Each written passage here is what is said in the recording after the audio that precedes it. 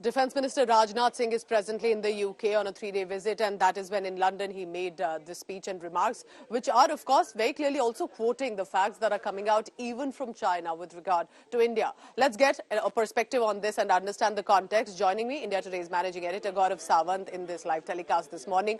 Gaurav, it is often said, isn't it, that when an arch rival or an enemy, so to say, acknowledges your growth, that can be a bigger validation too, and that's why Rajnath Singh is saying that China also realizing they can continue to provoke us, but it is this country right now which is on its way to growth.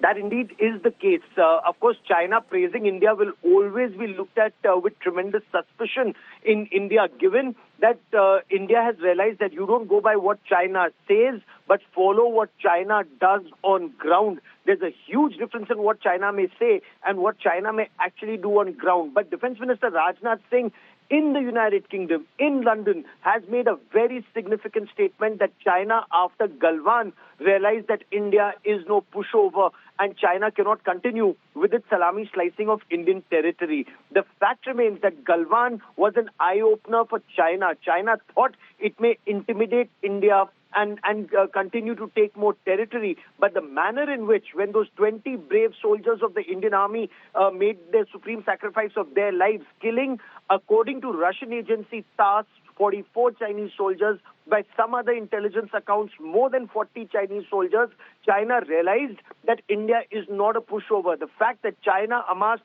close to 50,000 troops on the border, India put around 50,000, in some instances more than 50,000 troops on the border. India did a QPQ operation dominating the Moldo garrison, forcing China for the first time to actually pull back from the friction points. And that pullback may be, just a short pullback on either side. But close to 4 years after that standoff, the two armies remain in that territory, is an indicator of India's strong resolve that India will not permit China to carry out more salami slicing of Indian territory. That's the point that Rajnath Singh is making. Point one. Point two, equally significant is the fact that, that Chinese daily that you were referring to, a mouthpiece of the Chinese government, acknowledges the fact that India is emerging as a global economic power. It's emerging as a very major strategic power. And that is something that China realizes. India is neither in the American camp nor in the Russian camp. And both camps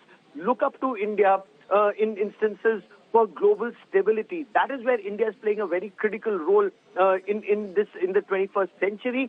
And as Rajnath Singh pointed out, from being the world's largest arms importer, India is now manufacturing warships and fighter jets and looking at exports. That Atmanirbharta is clearly reflecting now. I request you to stay on with me, Gaurav, because joining me now in this telecast on the phone line is Sushant Sareen. He's a senior analyst and has been understanding with regard to strategy, political affairs from Pakistan and China in how India is literally facing a constant battle. Gaurav, why don't you take the first question to Sushant here? No, Pooja, sure. Sushant Sareen, how do you look at Rajnath Singh's statement and a statement that's being made in a third country, in the United Kingdom, that China also realizes that India is not a pushover and that it sees India as an economic superpower and an emerging strategic power?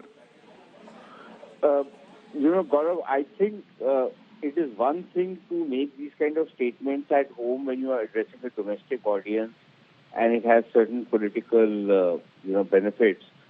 But going to a third country and speaking this kind of stuff, I don't think it makes a lot of sense. Number one, quoting Global Times, for God's sake, it's a tabloid, English language tabloid of the Chinese state media. Quoting Global Times to project yourself as some kind of an emerging power, I don't know how much sense it makes, especially when you are in the West. Secondly, I think it betrays a kind of lack of understanding of how strategy works. So the Chinese would like nothing better than for India not to be in the American camp or any other camp, which kind of balances their power out. They would love for it. And so they will beguile you, they will seduce you, they will cajole you to not be part of any larger alliance, because then that means that they can pick at you individually. If you become part of a larger and a stronger alliance, then the Chinese get a little stuck up on what they can or cannot do with us. Yes, it is a fact, and out here I'll completely agree with the Raksha Mantri, that the robust response of the government of India to the Chinese aggressive moves along the LAC did convey a very, very strong message to the Chinese that we are not going to be a pushover for them. And they have their whatever advance they were trying to make has been stalled. But that is about it. As of now, China remains an extremely hostile country. They are not ready to accept India as a country which is soon going to be the third largest economy in the world. They're not ready to accept us as a country which is going to be a manufacturing and a services hub in the world.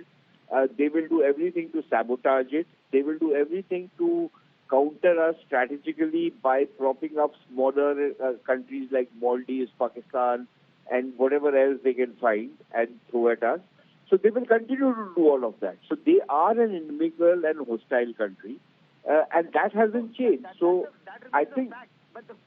Shansarin, is what Defence Minister is talking about, one, India emerging as an arms manufacturer, India holding off China at the LAC, and he's only quoting Global Times, is the way I understand it, that even the adversary acknowledges that we are not in any camp. We are neither in the American camp nor in the Russian camp. But the bigger point is India standing up to China, no longer permitting salami slicing, and Galwan opened China's eyes to India's emerging power. Is he correct on that?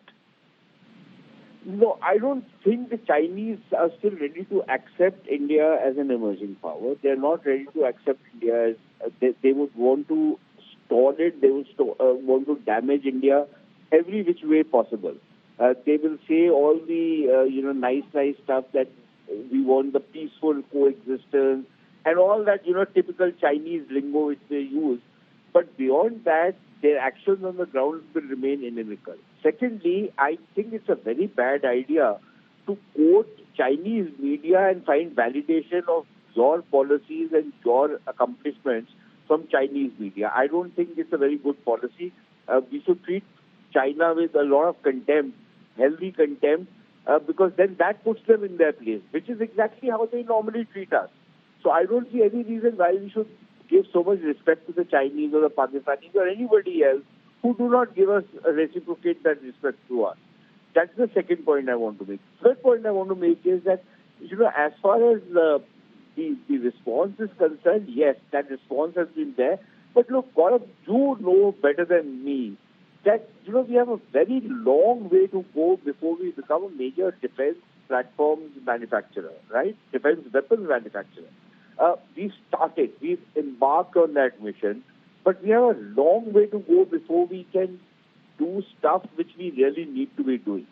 The good part is that we've started on it. The good part is that we've started involving the private sector in this particular thing. So a lot of good initiatives have been taken, but we haven't reached there yet.